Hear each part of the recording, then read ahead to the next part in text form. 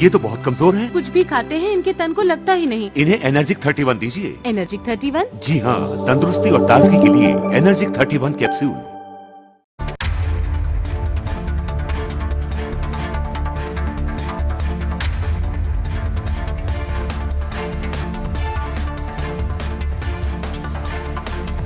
नमस्कार, मैं हूं सैयद सुहेल और आप देख रहे हैं आपका नंबर 1 शो ये भारत की बात है।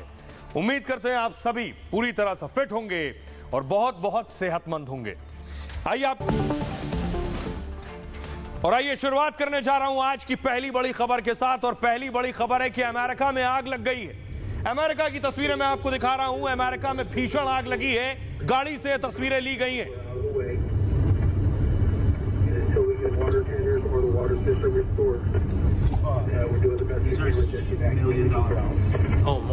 जहां तक आपकी नजर जाएगी आपको आग ही आग नजर आएगी। अमेरिका के कैलिफोर्निया की तस्वीर मैं आपको दिखा रहा हूं। भीषण आग लगी है। इस आग में कमला हैरिस जो उपराष्ट्रपति, उनका घर जल गया है। कमला हैरिस को घर छोड़ना पड़ा है। हॉलीवुड के कई स्टार्स का घर जल गया है।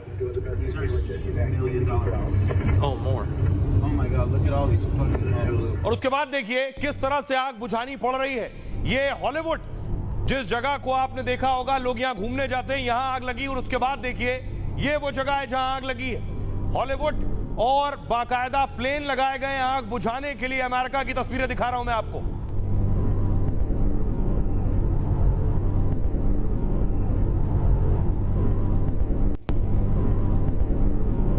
बताया जा रहा है हॉलीवुड के बड़े बड़े सितारों के घर जलकर खाक हो गए हैं इस अमेरिका की आग में। एक घर में आग लगी है, वो तस्वीर मैं आपको दिखाऊंगा। घर के अंदर देखिए, अंदर से वीडियो बनाया गया है। घर चारों तरफ आग की लपटों में घिरा हुआ है।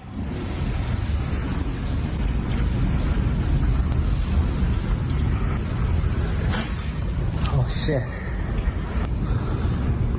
Okay.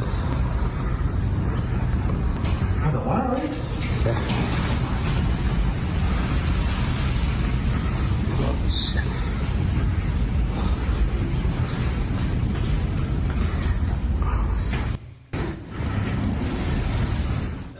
तो अमेरिका में क्यों और कैसे लगी आग, और कमला हैरिस को क्यों छोड़ना पड़ा घर अपना, कौन कौन से हॉलीवुड स्टार्स का घर चपेट में, आपको बताऊंगा। लेकिन बात योगी आदित्यनाथ की, कि योगी आदित्यनाथ की सरकार अब महाकुंभ से चलेगी। और पाकिस्तान में भी योगी योगी हो रहा है और महाकुंभ की तारीफ हो रही है कि योगी ने कितने इंतजाम और तैयारियां की है महाकुंभ में। महाकुंभ से चलेगी योगी कैबिनेट सरकार। तस्वीरें मैं आपको दिखाऊं। योगी हफ्ते में 2 बार महाकुंभ पहुंच रहे हैं, तैयारियों का जायजा ले रहे हैं, हालात का निरीक्षण कर रहे हैं। हर एक जगह इंतजाम कैसे है, सुरक्षा कैसी है, तैयारियां कैसे की गई हैं, जो साधु संत आएंगे, जो लोग आएंगे, उनके लिए क्या तैयारियां हैं, योगी ये जांच रहे हैं। योगी आज संगम में भी उतर गए। अगली तस्वीर में आपको दिखाऊं। योगी संगम में उतर गए। संगम में जाकर योगी ने जायजा लिया है।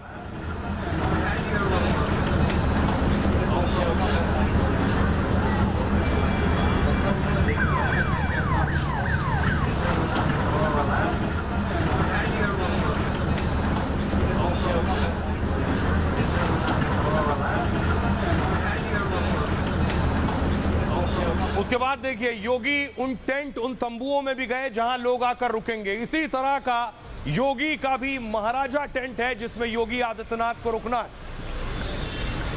ये अंदर आप देख रहे हैं भव्य तरीके से ये टेंट तैयार किए गए हैं। यहां लोग आकर रुकेंगे या रह सकते हैं।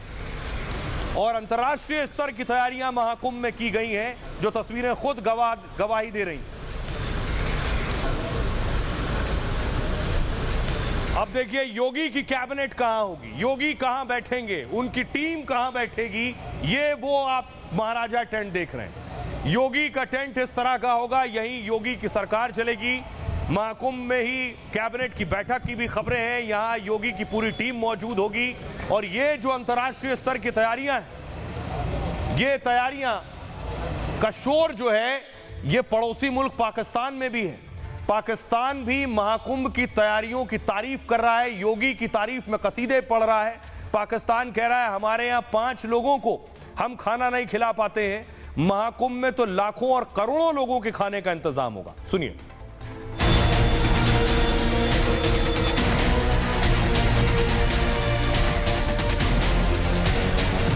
योगी लगातार महाकुंभ का दौरा कर रहे हैं। योगी की सरकार अब कुंभ से ही चलेगी। पूरी दुनिया की नजर भारत के महाकुंभ पर है। महाकुंभ की भव्यता ऐसी है कि पाकिस्तान भी हैरान है। पाकिस्तान में भी महाकुंभ को लेकर योगी योगी हो रहा है। इतना बड़ा अरेंजमेंट मैंने आज तक नहीं देखा। मैंने जिंदगी में नहीं देखा यार। मेले के लिए इतना अरेंजमेंट किया गया कि मैं 1 करोड़ लोग जाएंगे हर दिन, 3 से 4 करोड़। और महाकुंभ इन 4 जगहों पे वो अमृत की बूंदे गिरी थी। अभी कहते हैं उनका पानी पवित्र माना जाता है। योगी जी और मोदी जी ने 13,000 ट्रेनें चला दी हैं। और भाई 7,000 बस है। ये देखो जो फ्लाइटें चलेंगी उसको अलहदा स्टेशन भी करीब है। भाई 13,000 ट्रेनें टापो टाप सीधा पहुंचेंगी। इंतजाम कितने मुकम्मल। फिल्मों में भी हमने देखा कि जी कुंभ के मेले में गुम गए थे। इतना बड़ा जब मेला होगा तो ऐसा हो सकता है। काफी बड़ा इंतजाम होता है वैसे। ये पूरा एक नया सिटी बसता है। मैं तो हाँ सर देख के हैरान जब मैंने देखा पढ़ा ये कि 45 करोड़, माय गुडनेस, उसका इंतजाम कैसे होगा, ये हैरानी की बात है। मुस्लिम्स में काम नहीं है। ये मुसलमान भाई डेली का 5 लाख लोगों को खाना खिला। अबे हमने कभी ख्वाबों में नहीं सोचा कि हम ये काम कर रहे हैं। किधर यार पाकिस्तान में तो लोग आटे की लाइनों के पीछे लगा हुआ है। तो 100 आदमी को खाना नहीं खिला सकता और 5 लाख बंदों को खाना खिलाएगा। ये सिर्फ सनातनियों का काम है, हिंदियों का काम। मतलब इतने सब कुछ आपको देखने को मिल रहा है। जब स्टार्ट होगा तो क्या क्या देख लेंगे वाकई। और बाकायदा जो डुबकी लगाई जाएगी जब 13 तारीख को जो पहली डुबकी होगी समझो एक तरह से, तो दुनिया जहाँ के लोग होंगे। अभी अखिलेश भले ही महाकुंभ की तैयारियों में खामियां गिना रहे हैं, लेकिन पाकिस्तानी भी इसकी तैयारी के कायल हो गए हैं। योगी आदित्यनाथ खुद मोर्चा संभाले हैं। 40 करोड़ के करीब लोगों के महाकुंभ में आने का अनुमान है। योगी कोई कोर कसर नहीं छोड़ रहे। लोगों ने महाकुंभ के आयोजन को गंदगी का और भगदड़ का पर्याय बनाया था। उनके लिए एक सबक होना चाहिए। आज आस्था को सम्मान देकर के हम अर्थव्यवस्था को भी सुदृढ़ कर रहे हैं। तैयारी ऐसी है कि महाकुंभ में योगी की कैबिनेट भी बैठेगी, सारे मंत्री भी होंगे और पूरी सरकार महाकुंभ से चलेगी। और आइए मैं आपको बताऊं योगी टीम योगी के लिए क्या तैयारी है महाकुंभ में। योगी की कैबिनेट कैसे महाकुंभ में मौजूद होगी, ये आप देख रहे हैं महाकुंभ की तैयारी। सीएम योगी महाकुंभ की फाइनल तैयारी देख रहे हैं इस वक्त और क्रूज पर सवार होकर संगम क्षेत्र में तैयारियों का जायजा लिया उन्होंने। सीएम योगी अखाड़ों में साधु संतों से भी मिले और पिछले 34 दिनों में योगी का ये 6ठा दौरा है। कल भी योगी महाकुंभ की तैयारी का जायजा लेंगे। 13 जनवरी को महाकुंभ का पहला स्नान है, इसलिए योगी फाइनल तैयारियों का जायजा ले रहे हैं। खास बात यह है कि योगी कैबिनेट की बैठक भी यहां होगी। महाकुंभ के दौरान सीएम योगी यहां 2-3 दिन रुक भी सकते हैं और इसी दौरान योगी कैबिनेट की बैठक होगी। 21 जनवरी को योगी कैबिनेट की बैठक हो सकती है। मंत्रियों के भोजन की व्यवस्था भी यहां हो रही है। सीएम योगी के सभी मंत्री परिवार के साथ महाकुंभ आ सकते हैं। गृह मंत्री अमित शाह, आरएसएस प्रमुख मोहन भागवत भी पहुंचेंगे। इसके अलावा बीजेपी के दिग्गज नेता भी महाकुंभ में शामिल होंगे। प्रयागराज में 1 लाख से ज्यादा टेंट और पंडाल बने। इन सभी में सबसे खास है योगी महासभा का पंडाल। योगी महासभा के चारों पंडाल जर्मन हैंगर तकनीक से बनाए गए। भारी बारिश और तूफान को झेलने की क्षमता है इसमें। यहीं पर सीएम योगी के रुकने के इंतजाम है। योगी महासभा का यह कैंप बेहद भव्य और दिव्य है और संगम से करीब 300 मीटर दूर सेक्टर 15 में यह पंडाल बन रहे हैं। 8 बीघे क्षेत्र में 4 बड़े बड़े पंडाल लग रहे हैं। इसमें 8 से 10 हजार लोग रहेंगे और सीएम योगी के लिए 2 कॉटेज बनाए जा रहे हैं। ये कॉटेज केरल थीम पर तैयार किए जा रहे हैं। इसमें सीएम योगी के लिए पूजा घर और लाइब्रेरी है, साथ ही मीटिंग हॉल अलग से तैयार किया जा रहा है। कुंभ मेला करीब 1.5 महीने तक चलेगा। इस दौरान यहां लगातार भंडारा भी होगा। नाथ संप्रदाय से जुड़े बड़े बड़े मंदिरों और मठ का भंडारा होगा। गोरक्षनाथ मंदिर के पीठाधीश्वर खुद यहां सीएम योगी उसकी तैयारियों में लगे हुए हैं। इस भंडारे का आयोजन सरकारी खर्च पर नहीं होगा। गोरखनाथ मंदिर के पीठाधीश्वर योगी ये भंडारा करवाएंगे। हमारी सहयोगी शिखा ग्राउंड जीरो पर पहुंची और आपको दिखा रही है कि योगी का महाराजा टेंट कैसा होगा। मुख्यमंत्री योगी आदित्यनाथ के रुकने का इंतजाम इसी कॉटेज में रखा गया है। इसमें ब्लैंकेट का इंतजाम किया जाएगा। सारी चीजें यहाँ पे सारी सुविधाएं रहेंगी। यहाँ पर वॉशरूम के लिए भी यहाँ पर बनाया जा रहा है। खास हैंगर तकनीक से बना हुआ ये कॉटेज है। जो इसका एरिया है वो लगभग हर कॉटेज का सेम ही एरिया रखा गया है। उधर सारे पांडाल हैं, सब महात्माओं के, महंतों के पांडाल हैं, लेकिन इधर सिर्फ 2 पांडाल हैं जो मंदिर के बगल में, यानी कि गोरक्षनाथ जो भगवान है उनके मंदिर के जस्ट बगल में ये दोनों पांडाल बनाए गए हैं। तो योगी आदित्यनाथ की कैबिनेट बैठेगी यहां, लेकिन योगी जाने जाते हैं, जो उन्होंने कहा वो करते हैं। कल मैंने आपको बताया था योगी आदित्यनाथ अर्नब गोस्वामी के साथ इंटरव्यू में थे, और इंटरव्यू में बोलते हुए योगी आदित्यनाथ ने, अगली तस्वीर में दिखाऊं, योगी ने संभल दंगों का जिक्र किया था। योगी ने कहा था जो संभल में दंगे हुए 1978 में, उन दंगों के दंगाइयों की सर्जरी होगी। तो देखिए योगी ने कहा, और हो गया, अगली तस्वीर में आपको दिखाऊं, बाकायदा जांच के आदेश दे दिए गए। कल योगी ने कहा था अर्नब गोस्वामी के साथ, और आज जांच के आदेश दे दिए गए। आइए जरा सुनाता हूं आपको, सुनिए योगी आदित्यनाथ ने क्या कहा था, उसके बाद आपको बताऊंगा अब कैसे जांच शुरू होगी।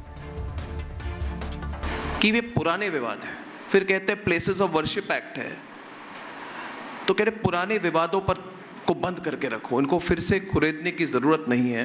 तो उनको आप क्या कहेंगे योगी जी? देखिए, पुराना जख्म का उपचार होना बहुत आवश्यक है, नहीं तो कैंसर हो जाता हो। उसका समाधान होना बहुत आवश्यक है, क्योंकि ये उपचार की प्रक्रिया के साथ, अन्यथा कितनी भी कीमोथेरेपी और रेडियोथेरेपी आप देते रहेंगे, उसका समाधान नहीं होने वाला है। सर्जरी एक बार होगी, और उस सर्जरी के लिए हमें तैयार रहना होगा। सर्जरी थोड़ा कितना भी बड़ा क्यों ना हो, अगर एक बार कायदे से सर्जरी हो जाएगी तो नए सिरे से फिर वह आगे बढ़ेगा। और मुझे लगता है कि इस प्रकार के विवादों का समाधान का रास्ता हमें आगे बढ़ाना है। योगी ने जैसे ही कहा कि वो जांच शुरू करेंगे, इस पर बवाल शुरू हो गया। देखिए कौन कौन क्या कह रहा है योगी के सर्जरी वाले बयान पर। संभल में 1978 में हुए दंगों की फाइल खुली, योगी सरकार ने नए सिरे से जांच के आदेश दे दिए। कल अर्नब के साथ इंटरव्यू में योगी ने संकेत दिए थे, पुराने जख्मों का इलाज बहुत जरूरी है, इलाज नहीं तो कैंसर हो जाता है, इलाज के लिए एक बार सर्जरी होगी। योगी ने कहा था सर्जरी के लिए हमें तैयार रहना होगा। एएसपी उत्तरी को जांच के आदेश दे दिए गए हैं, संभल के एसपी भी जांच में शामिल रहेंगे। 1 हफ्ते में जांच रिपोर्ट देने का आदेश है। 1978 के दंगे में 184 लोग मारे गए। इंटरव्यू में योगी के बयान पर घमासान मच गया है। कांग्रेस और समाजवादी पार्टी ने बयान पर हमला किया है। अजय राय, कांग्रेस समाजवादी पार्टी ने हमला बोला। अजय राय ने क्या कहा, और प्रमोद कृष्णम कह रहे हैं संभल फाइल्स कश्मीर फाइल से ज्यादा खतरनाक है, कश्मीर की तरह संभल में भी सर्जरी जरूरी है। योगी इस तरह की बीमारी के स्पेशलिस्ट हैं। राजभर कह रहे हैं इसमें गड़े मुर्दे उखाड़ने जैसा कुछ नहीं है, इससे भविष्य में बचाव हो सकेगा। सुनिए जरा योगी के संभल दंगों की जांच पर सियासतदान क्या कह रहे हैं। जो कश्मीर फाइल है, संभल की फाइल उससे भी खतरनाक है। तो जिस तरह कश्मीर की बीमारी का इलाज हो रहा है, उस तरह संभल की सर्जरी जरूरी है। और मुझे लगता है योगी आदित्यनाथ जी इस रोग के विशेषज्ञ हैं। निश्चित तौर से योगी जी जो गोरखपुर में जिस घटना पे रोए थे, जो गोरखपुर में घटनाएं की हैं, जो दंगे गोरखपुर में, उसकी भी जांच कराएं, उसको भी खोला जाए। इसमें कौन सी नई बात बता रहे हैं? वो कह रहे हैं कि आगे इस तरह की घटना ना हो, हम पीछे से उसको खंगाल रहे हैं कि ये कौन लोग हैं जो इस तरह की घटना करते हैं। ये कौन सी बुरी बात है? उत्तर प्रदेश के एक कोने से लेके सहारनपुर से लेके और दूसरे कोने तक हर जगह कम्युनल राइट हुए, तो सबकी फाइलें रीओपन की जाएं। लेकिन ये मौजूदा सरकार खास तौर से एक कम्युनिटी को टॉर्चर करना चाहती है। पूरे देश में खुदाई होगी, पूरे देश में खुदाई कराएंगे, अपने बच्चों को अमेरिका, फ्रांस, रशिया, ब्रिटेन भेजेंगे पढ़ने के लिए, आपके बच्चों को दंगाई बनाएंगे, आपके बच्चों से खुदाई करवाएंगे। उत्तर प्रदेश के दंगों के जो इतिहास हैं, उसमें आप जैसी सांप्रदायिक शक्तियां ही तो हमेशा हिंदू मुसलमान फसाद कराती रही हैं। दंगों के तो आप स्पेशलिस्ट हैं आदरणीय मुख्यमंत्री जी, आपकी सरकार। पीड़ित के परिजन अब भी न्याय की आस लगाए बैठे हैं कि कैसे उनके साथ तत्कालीन सरकारों ने मजहबी तुष्टीकरण के चलते अन्याय करने का काम किया था और अन्याय करने वालों का साथ देने का काम किया था। आइए मैं आपको बताऊं, संभल पर सियासतदान आग बबूला है। योगी ने जांच की बात की। संभल में क्या हुआ था 1978 में, जल्दी से आपको बताऊंगा। संभल में 29 मार्च 1978 को दंगा हुआ। इस दंगे में पूरा शहर जल उठा। हालात को संभालने के लिए कर्फ्यू लगाया गया। 2 महीने तक तब संभल में कर्फ्यू लगा रहा। दंगे में 184 लोगों की मौत का दावा है। कई हिंदुओं का बेरहमी से कत्ल हुआ। हिंदुओं की दुकानें जला दी गईं। मौतों का सही आंकड़ा पता चलेगा जांच के बाद। दंगे में करीब 169 मुकदमे दर्ज किए गए। पुलिस ने 3 FIR दर्ज कराई थी। अब 47 साल बाद दंगे की फाइल खुली। MLC श्रीचंद शर्मा ने 17 दिसंबर को पत्र लिखा है। 1978 में हुए दंगों की जांच की मांग की थी। आइए अब आपको सुनवाता हूं, संभल में 1978 में जो दंगे हुए उनके पीड़ित क्या कह रहे हैं, जरा उन्हें सुनिए।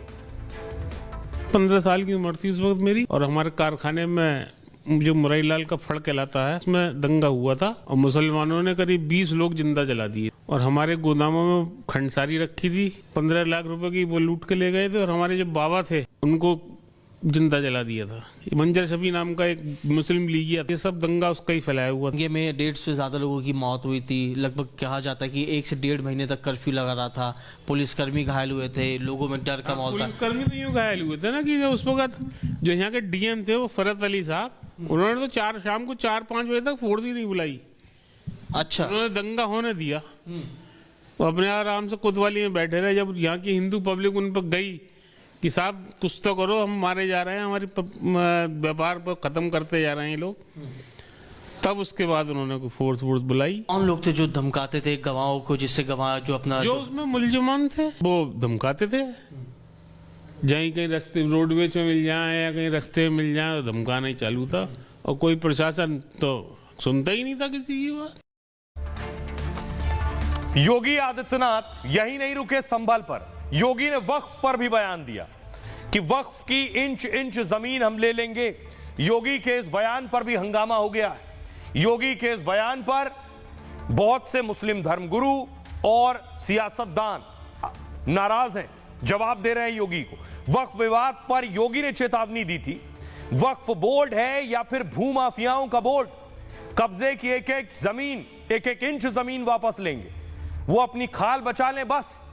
यूपी वक्फ अधिनियम में संशोधन किया, राजस्व रिकॉर्ड की जांच करवा रहे हैं। जमीनों पर घर, स्कूल, अस्पताल बनाएंगे। योगी के वक्फ वाले बयान पर मौलाना साजिद रशीदी भड़क गए। उन्होंने कहा योगी के बयान शर्मनाक है। वक्फ बोर्ड संसद से पास एक्ट के तहत बना है। MIM प्रवक्ता असीम वकार भी वक्फ वाले बयान पर भड़क गए। CM योगी एक एक इंच जमीन वापस लेने की बात कर रहे हैं। चीन ने जो जमीन कब्जा कर रखी उसका एक एक इंच वापस ले लेते हैं। पाकिस्तान ने जो कब्जा कर रखा है उससे जमीन वापस ले लेते हैं। आइए सुनिए जरा योगी आदित्यनाथ ने क्या कहा था और साजिद रशीदी और असीम वकार क्या कह रहे हैं। ये वक्फ बोर्ड है या कोई माफियाओं का बोर्ड है? भू माफियाओं का बोर्ड बन गया है। अरे याद रखना, एक एक इंच लैंड लेंगे, एक एक। और हमने उत्तर प्रदेश वक्फ अधिनियम में संशोधन किया है। पूरी 1369 फसली से लेकर के अब तक की एक एक राजस्व के अभिलेख की जांच करवा रहे हैं। और जिसको भी वक्फ के नाम पे कब्जा किया होगा उस एक एक इंच लैंड को लेकर के वापस करेंगे। तो जितनी भी जमीनें इस समय जितनी जमीनों की कब्जे हो रहे हैं, योगी जी के समय भाजपा के लोग कब्जा कर रहे हैं, इनके मंत्री सांसद कब्जा कर रहे हैं, इसकी भी हमारी सरकार बनेगी, जांच कराएंगे और कड़ी कार्रवाई, सबको जेल भेजेंगे। ये जो बादशाह थे जिन्होंने इसको जमीनों को दे दिया, तो ये कहीं अपने साथ थोड़ी लाए थे काबुल कंधार से, अफगानिस्तान से। न बाबर लाया जमीन, न तैमूरलंग लाया, न औरंगजेब लाया, न चंगेज खां लाया। तो जमीन भारत की थी, भारत पे रहनी चाहिए। तो अपना औकात नहीं पता है। जिस समय मोहम्मद साहब पैदा नहीं लिए होंगे उस समय से कुंभ लग रहा। 1970 में जो जमीनें सरकार ने, तत्कालीन सरकार ने पंजीकृत करके वक्फ बोर्ड को दी हैं, वही जमीन वक्फ बोर्ड के पास है। जमीन वक्फ बोर्ड जो है अपने पास से कोई जमीन नहीं हथिया सकता, क्योंकि उसके पास ऐसी कोई पावर नहीं है। ये वक्फ बोर्ड ने ज़मीनें अवैध तरीके से कब्जाई हैं, वहीं दूसरी तरफ जो वक्फ की ज़मीनें हैं वो भी वक्फ बोर्ड ने खुर्द-बुर्द की हैं और माफियाओं के हवाले की हैं, अवैध कब्जे कराए हैं। और आइए अब आपको एक और तस्वीर दिखाने जा रहा हूं। ये आप देख रहे हैं नसीम सोलंकी है, कानपुर के पूर्व विधायक इरफान सोलंकी जो जेल में रहे, उनकी पत्नी है। योगी आदित्यनाथ से मिली। अगली तस्वीर मैं आपको दिखाऊं। योगी आदित्यनाथ से नसीम सोलंकी मिली। दरअसल योगी आदित्यनाथ सभी महिला विधायकों से मिले थे। अगली तस्वीर देखिए जरा। ये योगी आदित्यनाथ की तस्वीर आप देख रहे हैं। महिला विधायकों से मिले और उन्हें बताया कि विधानसभा में क्या करना है, कैसे काम करना है, कैसे अपनी बात रखनी है। जरा इरफान सोलंकी की पत्नी को सुनिए, जो अब विधायक हैं, क्या कह रही हैं योगी के बारे में। महिलाओं की ही से जुड़ी चीजें थी, यहाँ सीखी है, सबने अपनी बात रखी है, तो काफी चीजें हमको सीखने को मिली है और बहुत अच्छा है प्लेटफॉर्म था। बहुत सारी ऐसी दिक्कतें, समस्याएं जो सब तक वहाँ तक नहीं पहुँच पा रही होगी, तो हम लोग आगे को भी कोशिश करेंगे कि आगे भी ऐसे ही सम्मेलन हम लोग को मिलता रहा तो हम अपनी आवाज बात वहाँ रखेंगे। पर ये तो पहला ही मौका था, सीखें, सुना है, सीखें, अगली बार तैयारी से आएंगे। आइए खबरों में आगे बढ़ते हैं। आज की एक और बड़ी खबर है इंडी में खेला और कांग्रेस अकेला। कांग्रेस का जो हाल हो गया है। आज राहुल गांधी की एक तस्वीर सामने आई, कॉफी बना रहे थे राहुल गांधी, देखिए जरा। दिल्ली की तस्वीर है, राहुल गांधी पहुंच गए वहां, कॉफी बनाने लगे खुद, उन्होंने तैयार की। This is special cold coffee. Cold coffee बनाई राहुल गांधी ने।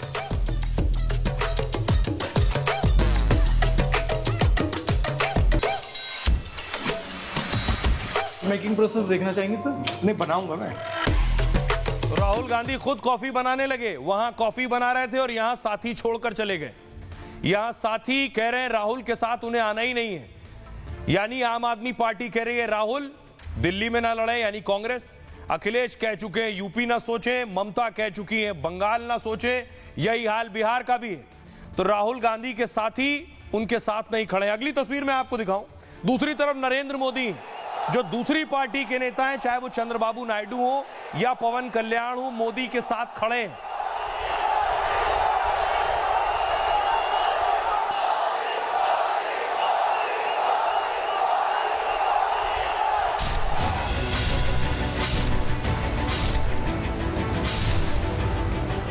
राहुल गांधी कॉफी बनाने में व्यस्त हैं और इंडी गठबंधन में रायता फैल गया है। पहले से तय था इंडिया अलायंस जो है वो लोकसभा के लिए है, और बिहार में जहाँ तक बात की जाए हम लोग तो शुरू से साथ थे। यहाँ तो ये इंडिया गठबंधन का चुनाव नहीं है, जो भी हमें समर्थन मिल रहा है मैं उन सभी पार्टियों का दिल से शुक्रिया अदा करता हूँ। राहुल कस्टमर हैंडल करना सीख रहे हैं और इंडी गठबंधन का हैंडल संभाले नहीं संभल रहा। तो इसमें कोई क्लैरिटी नहीं है, ना लीडरशिप को लेके, ना एजेंडा को लेके, ना आगे क्या हम रहेंगे या नहीं रहेंगे इसको लेके, और इस पर क्लैरिटी हो। अगर ये सिर्फ पार्लियामेंट इलेक्शंस के लिए था, इसको वाइंड अप करिए। मतलब लोकसभा के बाद कांग्रेस और राहुल का जो गुब्बारा फूला था उसकी हवा निकल चुकी है।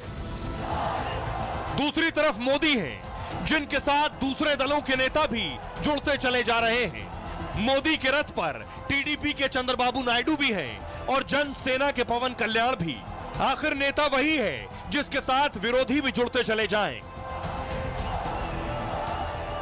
Narendra Modi ji is standing very tall compare to all global leaders. He is no more Indian leader. He is the global leader. अरे हम तो दो बार गलती से सबके साथ जोड़ दिया, अब तो हम फिर पुराना साथी में हैं। तो आप सुन रहे हैं, एक तरफ मोदी है जिनकी तारीफ कर रहे हैं चंद्रबाबू नायडू, दूसरी तरफ नीतीश कुमार है जो मोदी की तारीफ कर रहे हैं, जिनको लेकर कहा जा रहा है कि नीतीश आज छोड़ देंगे, कल छोड़ देंगे, बार बार कह रहे हैं मैं कहीं नहीं जा रहा हूं। लेकिन देखिए जरा यहां क्या हो रहा है। राहुल अकेले खड़े, इनके साथी आकर खड़े होने को तैयार नहीं। अखिलेश यादव कह रहे हैं दिल्ली में जो बीजेपी को हराएगा सपा उसके साथ जाएगी। दिल्ली में कांग्रेस का जनाधार नहीं, मजबूत संगठन नहीं है, इसलिए हमने आम आदमी पार्टी को समर्थन देने का फैसला कर लिया है। अरविंद केजरीवाल कह रहे हैं टीएमसी ने दिल्ली में आम आदमी पार्टी को समर्थन का ऐलान कर दिया। समर्थन के लिए मैं ममता दीदी का आभारी हूं। दिल्ली में कांग्रेस तस्वीर में ही नहीं है, केजरीवाल कह रहे हैं। चुनाव में मुकाबला बीजेपी और आपका है। बचे इकलौते संदीप दीक्षित जो केजरीवाल के खिलाफ ही लड़ रहे हैं, वो कह रहे हैं टीएमसी का दिल्ली में वही प्रभाव है जो मेरा ऑस्ट्रेलिया में होगा। फिर भी उनका आम आदमी पार्टी के साथ जाना बिल्कुल समझ में नहीं आता है। खुद कांग्रेस के नेता पृथ्वीराज चौहान भी केजरीवाल की तरफ आकर खड़े हो गए। वो कह रहे हैं दिल्ली में केजरीवाल जी जीत जाएंगे, कांग्रेस आम आदमी पार्टी का गठबंधन तो अच्छा होता। तेजस्वी यादव कह रहे हैं इंडी गठबंधन केवल लोकसभा चुनाव के लिए बना था, राज्यों के चुनाव के लिए ऐसा कोई गठबंधन नहीं है। यानी तेजस्वी भी इधर आ गए, उमर अब्दुल्ला भी केजरीवाल की तरफ है, कह रहे हैं अगर गठबंधन केवल लोकसभा चुनाव के लिए था तो फिर इंडी गठबंधन को समाप्त कर देना चाहिए। दिल्ली चुनाव से हमारा कोई लेना देना नहीं है। संजय राउत कह रहे हैं विपक्ष में कांग्रेस देश में बड़ी पार्टी है, लेकिन दिल्ली में बड़ी पार्टी आप है। दिल्ली आपकी ताकत सबसे ज्यादा है दिल्ली में। अब आए गिरिराज सिंह, वो कह रहे हैं यह स्वार्थ के लिए बना था इंडी गठबंधन। साफ हो गया है कि मोदी के डर में बना था यह गठबंधन, जिसमें अब मार हो रही है। आइए सुनिए जरा इन सियासतदानों को क्या कह रहे हैं। दिल्ली का चुनाव आम आदमी पार्टी और बीजेपी के बीच में है। ये इंडिया गठबंधन का चुनाव नहीं है। जो भी हमें समर्थन मिल रहा है, मैं उन सभी पार्टियों का दिल से शुक्रिया अदा करता हूं। वो हमें समर्थन दे रहे हैं। ममता दीदी ने समर्थन दिया और अखिलेश जी ने समर्थन दिया। हम देशकाल परिस्थिति देखकर चुनावी फैसले करते हैं। हमें ऐसा लगता है कि दिल्ली में पिछले 2-3 बार से अरविंद केजरीवाल जी की सरकार खरी नहीं उतरी है लोगों की उम्मीदों पर, और उनको कटघरे में खड़ा करके उनकी जवाबदेही तय करना जरूरी था, और इसलिए हम अलग से चुनाव लड़ रहे हैं। इंडिया ब्लॉक की कोई मीटिंग बुलाई नहीं जा रही है, तो इसमें कोई क्लैरिटी नहीं है, ना लीडरशिप को लेके, ना एजेंडा को लेके, ना आगे क्या हम रहेंगे या नहीं रहेंगे इसको लेके, और इस पर क्लैरिटी हो। अगर ये सिर्फ पार्लियामेंट इलेक्शंस के लिए था, इसको वाइंड अप करिए। पहले से तय था इंडिया अलायंस जो है वो लोकसभा के लिए, और बिहार में जहाँ तक बात की जाए हम लोग तो शुरू से साथ थे। यहाँ तो अभी हम लोगों ने डिसाइड नहीं किया पार्टी ने कि हम लोग वहाँ चुनाव लड़ेंगे कि नहीं लड़ेंगे। ये तो हम लोग पहले ही से कह रहे थे कि मोदी जी के डर से ये सब एक प्लेटफॉर्म पर आए, और ये अब कांग्रेस जाने, जो उनके साथ हैं वो जाने। आरजेडी अकेले चुनाव लड़ेगी, कांग्रेस के साथ कोई ट्रक नहीं रखेगी। है हिम्मत, औकात है, घोषणा करे ना। बिहार के जितने भाईजान हैं वो 1 मिनट में औकात में ला देंगे आरजेडी को। हिम्मत है तो घोषणा कर दें, इंडिया अलायंस खत्म, सिर्फ लोकसभा के लिए था, अब हम अकेले लड़ेंगे। वैसे ही अरविंद केजरीवाल जी मजबूत हैं, उनको और मजबूत करने की हम सबकी जिम्मेदारी बनती है, और वो ही सबसे ज्यादा स्ट्रांग पोजीशन में हैं कि भारतीय जनता पार्टी को हरा सकें, तो हम सबका समर्थन उनके साथ है। अब सोचिए जरा, जैसे ही लोकसभा चुनाव के नतीजे आए थे, बीजेपी की सीटें, एनडीए की सीटें कम रह गई, इंडी को लगा वो चुनाव जीत गए। राहुल गांधी अपने आप को पीएम मोदी के बराबर रखने लगे थे, लेकिन आज उनके साथ उन्हीं के पार्टी के गठबंधन के लोग खड़े होने को तैयार नहीं। अब देखिए दोनों नेताओं में फर्क क्या है। ये 2 तस्वीरें आपके सामने, एक ये जहां वो विरोधी जिनको कहा जा रहा है बैसाखी हैं, वो भी साथ खड़े हैं आकर, वो हटने को तैयार नहीं, और यहां जो साथ चलने की बात कर रहे थे वो साथ आने को तैयार नहीं। मोदी लगातार तीसरी बार देश के पीएम बने, 24 घंटे राजनीति और कामकाज में लगे रहते हैं, लोकसभा और हर राज्य के चुनाव प्रचार में मौजूद रहते हैं, पार्टी को जिताने के लिए रणनीति बनाते हैं, बैठक करते हैं, लोगों से लेकर सियासी दलों को अपने साथ जोड़ते हैं, नेतृत्व और विकास मॉडल से विरोधियों को भी साथ ले लेते हैं। नीतीश ने कभी बीजेपी के साथ न जाने का ऐलान किया था कि मोदी के साथ नहीं जाएंगे, आज साथ हैं, लेकिन मोदी ने ऐसा समीकरण बनाया कि नीतीश अब साथ हैं, बार बार कह रहे हैं हाथ जोड़कर कि मैं कहीं जाने वाला नहीं हूं। वहीं चंद्रबाबू नायडू मोदी और बीजेपी के विरोधी हो गए थे, वो अब मोदी के साथ हैं, उन्हें कह रहे हैं देश ही नहीं मोदी दुनिया के नेता बन गए, ये चंद्रबाबू नायडू कह रहे हैं। महाराष्ट्र में उद्धव ने इंडी गठबंधन के साथ चुनाव लड़ा, लेकिन वो भी अब मोदी और बीजेपी की तारीफ कर रहे हैं। शरद पवार की पार्टी भी बीजेपी की तारीफ करने में लगी है, कह रही नीतीश भले ही चले जाए लेकिन सरकार रहेगी। दावा है कि दोनों दल मोदी के साथ आना चाहते हैं। अब एक नेता इधर भी है, बताने का मतलब ये, एक नेता इधर है जिसके साथ सब आ रहे हैं, और एक नेता इधर है जिसके साथ कोई आने को तैयार नहीं। 3 बार से विपक्ष में है, विपक्ष के नेता का पद मिला है। क्या वाकई राहुल विपक्ष के नेता हैं? राहुल गांधी पर मौसमी नेता होने का आरोप लगता रहा है। कई अहम चुनाव या प्रचार के दौरान विदेश दौरे पर रहते हैं। सोचिए, दिल्ली में इतना बड़ा चुनाव है, कांग्रेस ने कितनी बैठक की, कितनी राहुल ने की, कितने प्रचार किए। विपक्षी गठबंधन में कोई भी उन्हें नेता मानने को तैयार नहीं। विपक्ष की किसी बैठक की अब तक अगुवाई नहीं की है। ममता जैसी सीएम उन्हें नेता मानने को तैयार नहीं। उन्हें मिलना होता है तो सोनिया गांधी से मिलती है, राहुल से बात नहीं करती। लालू यादव कह चुके हैं कि गठबंधन की अगुवाई राहुल नहीं ममता करें। गठबंधन की साथी पार्टियां उन्हें सीट देने तक को तैयार नहीं। यूपी उपचुनाव में अखिलेश यादव ने कोई टिकट नहीं दिया। दिल्ली में केजरीवाल ने गठबंधन और सीट देने से मना कर दिया। बिहार में तेजस्वी भी ज्यादा सीट देने के मूड में नहीं है। इंडी गठबंधन के नेता उनसे किनारा करना चाहते हैं। अब ये कांग्रेस पार्टी को खुद सोचना पड़ेगा, उनके जो नेता हैं उनसे क्यों लोग छिटक छिटक कर दूर भाग रहे हैं। और जो मोदी के साथ आकर जुड़े हैं, सोचिए जरा, वो जिन्हें इंडी के नेता कहते हैं, नीतीश और नायडू, ये दोनों बैसाखी हैं, ये हट जाए तो सरकार गिर जाएगी। उन दोनों नेता को सुनिए क्या कहना। Narendra Modi ji is standing very tall compared to all global leaders. He is no more Indian leader. He is the global leader. अभी दिल्ली के अंदर आम आदमी पार्टी ही भारतीय जनता पार्टी को हरा रही है। हरा ही नहीं रही है, बुरी तरीके से हरा रही है। तो इसलिए जो बाकी इंडिया गठबंधन के दल हैं वो हमारा साथ दे रहे हैं। हम उनका हृदय से आभार व्यक्त करते हैं। बहुत अच्छी बात है कि वो इस अभियान में, इस लड़ाई में हमारे साथ खड़े हैं। देखिए, नफरत की बुनियाद पे हिंदुस्तान नहीं बन सकता। झगड़ा करा के, लोगों को बांट के आप राजनीति नहीं कर सकते। अलायंस का मामला है, अलायंस का मामला, अलायंस हर चीज में लिए है। कोई कहे कि मैं ऐसी किसी जगह से इसके लिए है, वो गलत है। मैं समझता हूँ उनको ये सोचना चाहिए, ऐसी बातें नहीं करनी चाहिए, तो अलायंस होगी नहीं। अलायंस सिर्फ इलेक्शन लड़ने के लिए नहीं है। इलेक्शन अलायंस भारत को मजबूत करने के लिए और भारत से ये नफरत निकालने के लिए भी है। नीतीश कुमार जी के इंडिया गठबंधन से बाहर आने के बाद ये मृतप्राय था और अब इसका अंतिम संस्कार हो चुका है। जितने भी क्षेत्रीय दल हैं वो अपने अस्तित्व को बचाने के लिए कांग्रेस पार्टी के सामने खड़े हो गए हैं। कांग्रेस पार्टी क्षेत्रीय दलों का अस्तित्व समाप्त करना चाहती है। और आइए अब आपको बताता हूं कि लड़ाई दिल्ली को लेकर हो रही है कि केजरीवाल, आम आदमी पार्टी कांग्रेस के साथ लड़ने को तैयार नहीं, इसीलिए बाकी विरोधी भी आम आदमी पार्टी के साथ है, कांग्रेस अकेले। लेकिन इस बीच फाइट केवल आम आदमी पार्टी और बीजेपी के बीच है। कांग्रेस सीन में ही नहीं है, पार्टी के नेता भी साथ नहीं खड़े हुए। अगली तस्वीर में आपको दिखाऊं, एक और पोस्टर जारी किया आज बीजेपी ने। पोस्टर वॉर पिछले कई दिनों से चल रहा है। आपदा न आएगी दोबारा, यह पोस्टर है जिसमें सौरभ भारद्वाज, आतिशी, केजरीवाल और सिसोदिया की फोटो लगी हुई है। पीछे कूड़े का ढेर आप देख रहे हैं। अगली तस्वीर दिखाऊं तो एक और पोस्टर जारी किया है आम आदमी पार्टी ने। आम आदमी पार्टी सवाल पूछ रही बीजेपी से कि आखिर दिल्ली का मुख्यमंत्री कौन होगा। और इस बीच आपको बताऊं कि बीजेपी ने भी आज अपनी गारंटी, अपना संकल्प जारी किया है।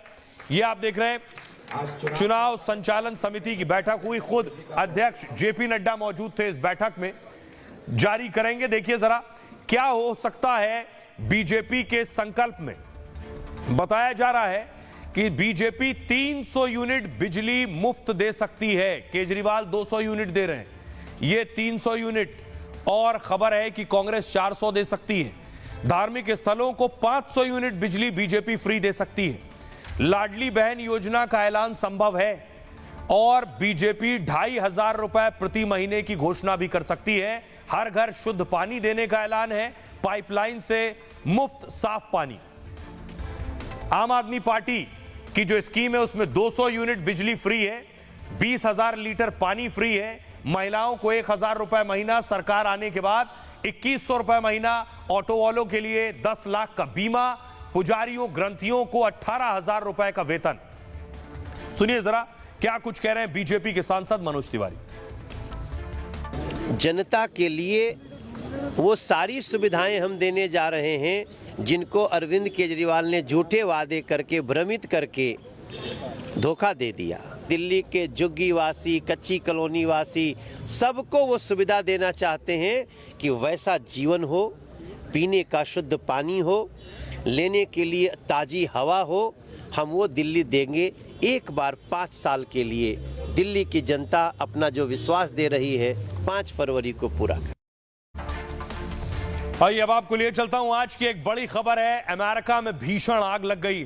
शुरू में कार्यक्रम के मैंने आपको दिखाया अमेरिका में आग और कमला हैरिस का घर खाक हो गया है जलकर। तस्वीर देखिए जरा, अमेरिका में आग की तस्वीर। कैलिफोर्निया की सड़क के एक किनारे की तस्वीर देख रहे हैं। जितने घर आपको नजर आ रहे हैं, घरों में आग लगी है, ये सारे घर जलकर खाक हो गए।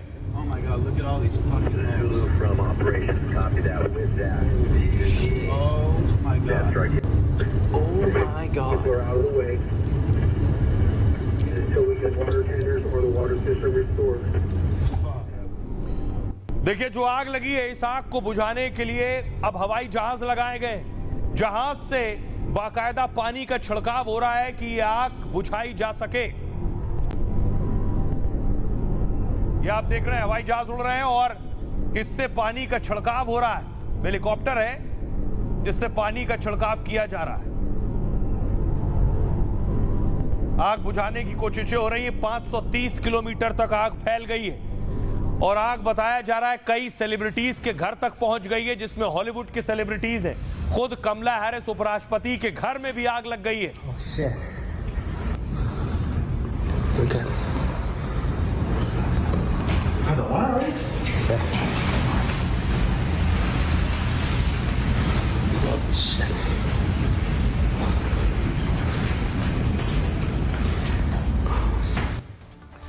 जिन सेलिब्रिटीज के घर आग लगी उसमें पेरिस हिल्टन, कमला हैरिस, एक्ट्रेस नोरा फतेही भी वहीं पर मौजूद थी जब आग लगी। अगली तस्वीर में आपको दिखाऊं, ये उनका वीडियो है जो उन्होंने बनाया है।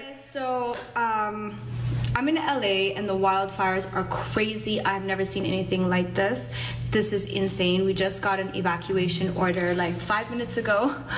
So I quickly packed all my stuff and I'm evacuating out of here, और देखिए लोगों को रेस्क्यू किया जा रहा है जो घरों में फंसे हुए हैं, जो बुजुर्ग हैं खास तौर पर, या जो जिनकी हालत खराब हो गई है आग लगने के बाद, उन्हें व्हील चेयर पर ले जाया जा रहा है।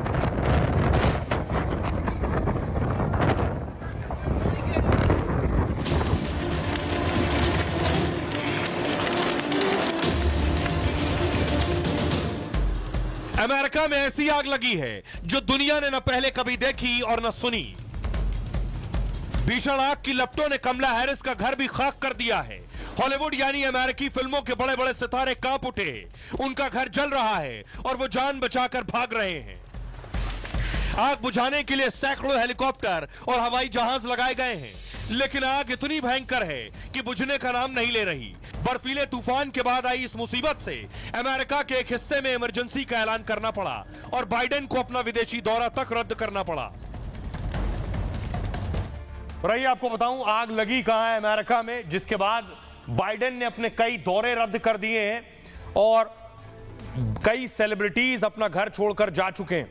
यह तस्वीर आप देख रहे हैं अमेरिका नक्शा, अमेरिका में जो कैलिफोर्निया है, कैलिफोर्निया में आग लगी हुई है। आग लगने के बाद स्थिति क्या है, हालात क्या है, कितने इलाके में आग लगी है और कितने लोग इसकी चपेट में आ गए हैं, यह आपको बताता हूं।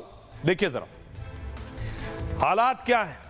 अमेरिका में इतिहास की सबसे भीषण आग लग गई है। 3 दिन में आग 28,000 एकड़ में फैल गई है, यानी करीब 500 किलोमीटर का इलाका जल रहा है। भीषण आग से 42,000 करोड़ के नुकसान की खबर है। मालदीव के जीडीपी से 8 गुना ज्यादा नुकसान हुआ है। आग लगने से अब तक 5 लोगों की मौत हो गई है और 1 लाख लोगों को बाहर निकाला जा चुका है। भीषण आग से कई बड़ी हस्तियां भी कांप उठी हैं। अमेरिकी उपराष्ट्रपति कमला हैरिस के घर पर आग लगी। लॉस एंजलिस के घर में उस वक्त कमला नहीं थी। जहां आग लगी वहां हॉलीवुड सिटी और कई हस्तियों का घर है। भीषण आग से हॉलीवुड और सितारों के घर भी जल गए हैं। मशहूर अभिनेत्री पेरिस हिल्टन का घर खाक हो गया है जलकर। पेरिस हिल्टन का घर 72 करोड़ रुपए का था। जुरासिक पार्क के एक्टर डायरेक्टर का घर भी जल गया है। इसमें क्रिस पैट और स्टीवन स्पीलबर्ग का घर आग में खाक हो गया है। बॉलीवुड की मशहूर डांसर नूरा फतेही भी लॉस एंजलिस में थी। जंगल में लगी आग से वो बाल बाल बची हैं किसी तरह से। आइए अब आपको दिखाता हूं कि आखिर आग कैसे लगी, क्यों लगी, क्या वजह है आग की और कैसे आग बुझाने की कोशिशें हो रही। कैलिफोर्निया का लॉस एंजलिस शहर पहाड़ों के बीच दरअसल बसा हुआ है। यहां चीड़ के बड़े बड़े जंगल हैं। मंगलवार को चीड़ के सूखे पेड़ से आग लगनी शुरू हुई। हवा बहुत तेज चल रही थी जिससे आग तेजी से फैलने लगी। कुछ घंटे में आग ने लॉस एंजलिस के बड़े इलाके को चपेट में ले लिया। दावा यह है कि हवा करीब 160 किलोमीटर प्रति घंटे से की रफ्तार से चल रही थी, जिससे दक्षिण कैलिफोर्निया में सबसे ज्यादा नुकसान हुआ। अभी भी हवाओं की रफ्तार काफी तेज बनी हुई है, जिसके आग लगातार फैलती जा रही है और 3 दिन में 28,000 एकड़ में फैल चुकी है। जंगलों से होते हुए आग रिहायशी इलाकों तक पहुंच गई है। आग से पूरे इलाके में धुएं की चादर बिछ गई। आग से उठता धुआं अंतरिक्ष से भी नजर आ रहा है और कैलिफोर्निया में 50 सालों में 78 से ज्यादा बार आग लग चुकी है। कैलिफोर्निया में कई सालों से सूखे के हालात हैं और इलाके में नमी की काफी कमी। ये राज्य अमेरिका के दूसरे इलाकों की तुलना में काफी गर्म है। यहाँ गर्मी के मौसम में अक्सर जंगलों में आग लग जाती है। यह सिलसिला बारिश के मौसम तक जारी रहता है। बीते कुछ सालों से हर मौसम में आग लगने की घटनाएं बढ़ी हैं। कैलिफोर्निया में जंगलों के पास रिहायशी इलाके बढ़ गए हैं और ऐसे में आग लगने पर ज्यादा नुकसान होता है। आग के चलते कैलिफोर्निया की हवा जहरीली हो गई है। यहाँ AQI 350 के पार है, दिल्ली से फिर भी कम है। आइए अब आपको सुनवाता हूं, सुनिए जरा क्या कुछ कह रहे हैं डोनाल्ड ट्रंप। ये बाइडेन प्रशासन की नाकामी है। सरकार के पास जरूरी पानी तक नहीं है। आग बुझाने के लिए भी पानी नहीं है। कैलिफोर्निया में जो भी हो रहा है वो एक त्रासदी है। मैं उस इलाके को अच्छे से जानता हूँ। वहाँ के गवर्नर ने अच्छा काम नहीं किया है। हमें कैलिफोर्निया को फिर से बनाना होगा। आइए खबरों में आगे बढ़ते हैं। आज की एक और बड़ी खबर है। 16 पाकिस्तानियों का अपहरण हो गया है। जिस बात का डर था वही हो गया। लगातार तालिबान से लड़ाई कर रहा है पाकिस्तान। तालिबान किसी भी हद तक जा रहा है जवाब देने के लिए। देखिए क्या किया, अगली तस्वीर में आपको दिखाऊं। पिछले दिनों तालिबान ने पाकिस्तान का एक चेक पोस्ट पर कब्जा कर लिया था। बाद में पाकिस्तान को सफाई देनी पड़ी। ये चेक पोस्ट खाली था, यहां तालिबान ने कब्जा किया है। लेकिन अब तालिबान और आगे बढ़ गया। अगली तस्वीर देखिए। ये पाकिस्तानी है जिनको अगवा कर लिया है। बताया जाता है ये वहां के परमाणु ऊर्जा विभाग में काम करते हैं, जिन्हें अगवा किया गया, अपहरण किया गया और शहबाज शरीफ से ये कह रहे हैं कि उन्हें बचा लें। पाकिस्तान के प्रधानमंत्री से खुद की जान बचाने की गुहार लगा रहे हैं।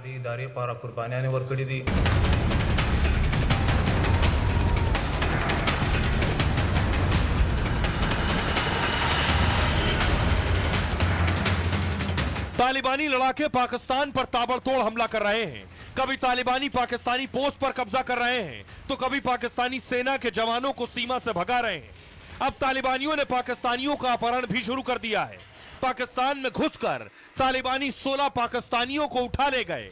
अपहरण के बाद तालिबानियों ने इसका वीडियो भी जारी किया, जिसमें पाकिस्तानी शहबाज से बचाने की गुहार लगा रहे हैं। और ये जो वीडियो है, ये वीडियो शहबाज शरीफ तक पहुंच चुका है। उन्हें पता चला है कि उनके लोग अगवा हो गए हैं। शहबाज को भी ये जानकारी टीवी के जरिए मिली है। टीटीपी ने 16 पाकिस्तानियों का अपहरण कर लिया। इनका टीटीपी ने एक वीडियो बनाया, वीडियो जारी किया। वीडियो में अपहरण किए गए लोग बचाने की गुहार लगा रहे हैं। शहबाज से टीटीपी की मांगे पूरी करने की अपील कर रहे हैं। कथित तौर पर ये लोग परमाणु ऊर्जा आयोग के कर्मचारी हैं और काबुल खेल परमाणु ऊर्जा खनन परियोजना में काम करते हैं। यह परियोजना खैबर पख्तूनख्वा के लकी मरवत में है। कहा जा रहा है कि काम पर जाते समय ही अपहरण किया गया। कर्मचारियों की गाड़ी को टीटीपी के आग के हवाले कर दिया गया। यानी इनकी जो गाड़ियां थी टीटीपी ने उसे आग लगा दी। दावा यह भी है कि खदान से भारी और बड़ी मात्रा में यूरेनियम भी लूट लिया गया है। यही यूरेनियम परमाणु बम बनाने में भी इस्तेमाल किया जाता है। हालांकि टीटीपी ने वीडियो में सिर्फ अपहरण का जिक्र किया है। फिलहाल वीडियो सामने आने के बाद पाकिस्तान में हड़कंप मच गया है। तो पाकिस्तान के लिए ये बुरी खबर है। आइए खबरों में आगे बढ़ते हैं। आज की एक और खबर है, आपको लिए चलते हैं तिरुपति, जहां एक दर्दनाक हादसा हुआ। तिरुपति मंदिर में भगदड़ मची और 6 लोगों की मौत हो गई है। ये तिरुपति मंदिर देश ही नहीं पूरी दुनिया में सबसे ज्यादा विख्यात है। आइए इसकी तस्वीर दिखाऊं, हुआ क्या यहां पर। ये आप देख रहे हैं, मंदिर में दर्शन के दौरान भगदड़ शुरू हुई और जब भगदड़ मची उसमें कई लोग दब गए।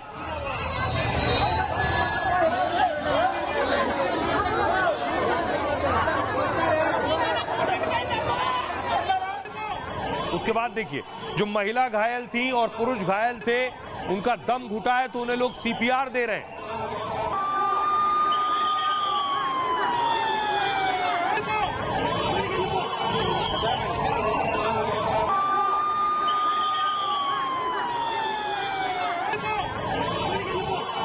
उसके बाद फौरन मौके पर एम्बुलेंस पहुंची है। 50 लोग घायल बताए जा रहे थे। इस भगदड़ में 50 लोग घायल हो गए।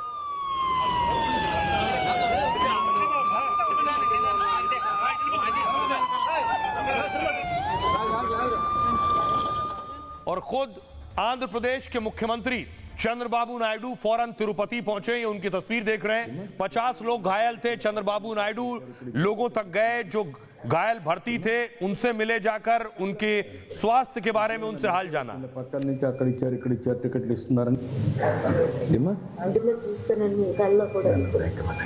మెసేజ్ వచ్చింది పక్కన నుంచి అక్కడ ఇచ్చారు ఇక్కడ ఇచ్చారు టికెట్లు ఇస్తున్నారని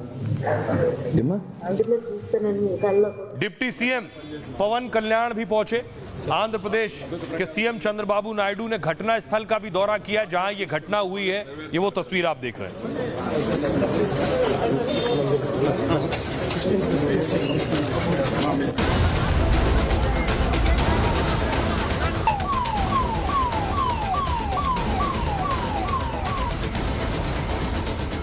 देश के सबसे धनवान मंदिर में दर्शन के लिए भगदड़ मच गई। लोग एक दूसरे के ऊपर चढ़ गए, महिलाएं और पुरुष बेहोश हो गए। भगदड़ ने 6 लोगों की जान ले ली। इसी पार्क के अंदर पुलिस ने सभी को रोक रखा था ताकि इन सड़कों पर देखिए रोड पर जाम जैसे हालात ना बने। और जैसे ही देखिए इस दरवाजे को खोला गया पर भगदड़ जैसे हालात पैदा हुए। लोग एक दूसरे के ऊपर चढ़कर यहाँ से जाने लगे। भगदड़ इतनी ज्यादा मच गई कि यहाँ पर लोगों की जान भी चली। भगवान वेंकटेश्वर के दर्शन के लिए टिकट को लेकर जैसे ही गेट खोले गए भगदड़ मच गई। सीएम चंद्रबाबू नायडू भी हादसे को लेकर सुरक्षा कर्मियों को जिम्मेदार बता रहे हैं। तिरुपति में बहुत दुखद घटना हुई है। हम सब इसको लेकर दुखी हैं। हमने प्रसादम की शुद्धता से लेकर प्रशासनिक व्यवस्थाओं को सही करने का काम किया है। गेट को खोलने के दौरान जरूरी सुरक्षा का ख्याल नहीं रखा। अब अगली खबर आपके लिए जरूरी, अगर आप भी गूगल मैप का इस्तेमाल करते हैं कहीं जाने के लिए तो ये खबर आपके लिए। गूगल मैप ने फिर फंसा दिया है। तस्वीर में आपको दिखाऊं, पिछले दिनों हादसे हुए, ये सब गूगल मैप से हुए। रास्ता देख कर जा रहे थे, किसी की गाड़ी पुल से गिर गई, आगे पुल नहीं था। किसी की गाड़ी खाई में गिर गई, आगे रास्ता नहीं था। ये अलग अलग तस्वीरें हैं अलग अलग हादसों की जो गूगल मैप देखते हुए हुई है। अगली तस्वीर में आपको दिखाऊं, असम पुलिस के साथ ऐसा हुआ कि गूगल मैप देखकर जा रहे थे और देखिए आपको दिखाऊं, गूगल मैप देखते देखते दूसरे राज्य पहुंच गए और वहां लोगों ने पकड़ लिया। देखिए गूगल मैप का सहारा लेकर असम की जो पुलिस थी जोरहाट में ही थी और जोरहाट से निकलकर पहुंच गई नागालैंड और उन्हें जोरहाट में ही जाना था। कहीं 100 किलोमीटर का रास्ता पार करके मोकोकचुंग पहुंच गए। अब ये कैसे हुआ आपको बताऊं कि जाना था जोरहाट असम में ही और पहुंच गए नागालैंड। और उसके बाद देखिए नागालैंड पहुंचने के बाद उनके साथ क्या हुआ ये आपको बताता हूं। ये आप देख रहे हैं, मंगलवार को जोरहाट पुलिस जो थी वो छापा मारने निकली थी और पुलिस को जोरहाट जिले में ही एक अपराधी को पकड़ना था। इसके लिए थाने से 16 जवान हथियार लेकर निकले। छापे वाली जगह की लोकेशन गूगल मैप पर डाल दी कि जाकर फौरन रेड करनी है, लेकिन गूगल मैप असम की बजाय नागालैंड लेकर पहुंच गया। नागालैंड के मोकोकचुंग जिले को असम की लोकेशन बताया। असम पुलिस को गूगल मैप ने एक चाय बागान तक पहुंचा दिया। गूगल मैप ने नागालैंड के चाय बागान को असम की लोकेशन बताया।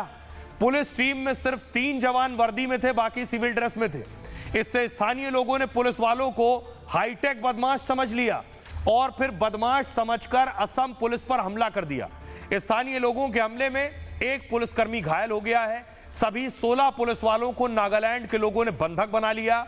हालांकि काफी पूछताछ के बाद घायल समेत 5 पुलिस वाले छोड़ दिए गए। बाकी बचे सभी 11 पुलिसकर्मी रात भर बंधक बने रहे। इसके बाद सुबह जब मामला मुकोकचुंग एसपी के पास पहुंचा तो उन्होंने नागालैंड की पुलिस टीम को भेजकर आजाद कराया। फिलहाल इस हादसे के बाद असम पुलिस नागालैंड से लौट चुकी है। आइए खबरों में आगे बढ़ते हैं। आज की एक और खबर है। खबर रहस्यमयी बीमारी से जुड़ी है। 3 दिन में 60 लोग गंजे हो जा रहे हैं। महाराष्ट्र से खबर है। ये महाराष्ट्र के बुल्ढाना में, चाहे वो बच्चे हों, चाहे वो बड़े हों या बूढ़े हों, उनके पानी में ऐसा कुछ है कि 3 दिन में सबके सर के बाल चले जा रहे हैं। अगली तस्वीर में आपको दिखाऊं, ये बच्चा है। शख्स को देखिए, बच्चे ने जो पानी का इस्तेमाल कर रहा है, शख्स बाल ऐसे खींच रहा है और सारे बाल हाथ में आ जा रहे हैं। तो 3 दिन में 60 लोगों के सर के सारे बाल जा चुके हैं। वजह क्या है? महाराष्ट्र के बुल्ढाना शहर में रहस्यमय बीमारी फैली है। यहां के 3 गांव में सिर्फ 3 दिन में 60 लोग गंजे हो गए। बच्चे और बुजुर्ग सब इस बीमारी का शिकार बन गए और दावा यह है कि बीमारी के पहले दिन सिर में खुजली होने लगती है। इसके बाद दूसरे दिन से बाल हाथ में आने शुरू हो जाते हैं। तीसरे दिन बीमारी से पीड़ित मरीज गंजा होने लगता है। हालांकि इस दावे का स्वास्थ्य विभाग अभी जांच कर रहा है और महिलाएं सबसे ज्यादा इस बीमारी का शिकार हो रही हैं। स्वास्थ्य विभाग की टीम ने तीनों गांवों में सर्वे शुरू कर दिया है। यहां पीने वाले पानी के नमूने जांच के लिए लैब भेजे गए हैं और माना जा रहा है प्रदूषित पानी से बीमारी हो सकती है। फिलहाल स्वास्थ्य विभाग पूरे मामले की जांच कर रहा है। आइए आपको सुनवाता हूं, सुनिए जरा डॉक्टर दीपाली क्या कह रही हैं इस पे। हाँ, शेगांव में अपना प्राइमरी हेल्थ सेंटर भोनगांव है, उसके अंतर्गत जो बोंडगांव, कठोरा और हिंगना 3 गांव है, वहाँ पे अपने हेयर लॉस के ज्यादा पेशेंट मिल रहे हैं। तो वहाँ पे पानी के जो नमूने हैं वो हमने तपासने के लिए है और आगे का पूरा तपास जारी है। अब एक और खबर आपको बताते हैं। लगातार अलग अलग मस्जिदों में मंदिर होने का दावा हो रहा है। संभल के बाद ये अलीगढ़ की जामा मस्जिद है और इस अलीगढ़ की जामा मस्जिद में भी शिव मंदिर का दावा किया जा रहा है। अलीगढ़ की काफी बड़ी मंदिर है, मस्जिद है ये, और इस मस्जिद पर दावे के बाद एक और नया बवाल शुरू होना संभव है।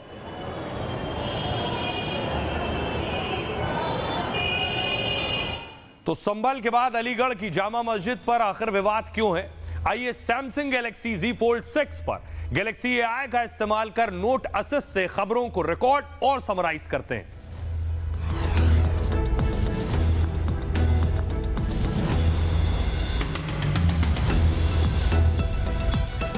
तो अलीगढ़ की जामा मस्जिद पर विवाद शुरू हुआ। एक याचिकाकर्ता ने जिला अदालत में याचिका दायर की है। याचिका में मस्जिद को हिंदुओं का किला बताया गया है। दावा है कि जामा मस्जिद के पास ओम के निशान भी मौजूद हैं। वहीं मुस्लिम पक्ष का कहना है कि यह मस्जिद बहुत पुरानी है। 1724 में ताजमहल बनाने वाले आर्किटेक्ट के वंशज ने इसे बनाना शुरू किया था और इसको स्थानीय लोग छोटा ताजमहल भी कहते हैं।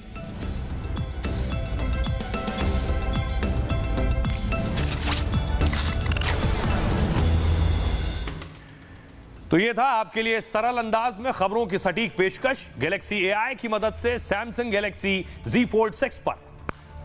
बहरहाल ये भारत की बात है, मैं इतना ही। आप अपना और अपनों का बहुत बहुत ख्याल रखिए। रुक रहे हैं एक छोटे से ब्रेक के लिए।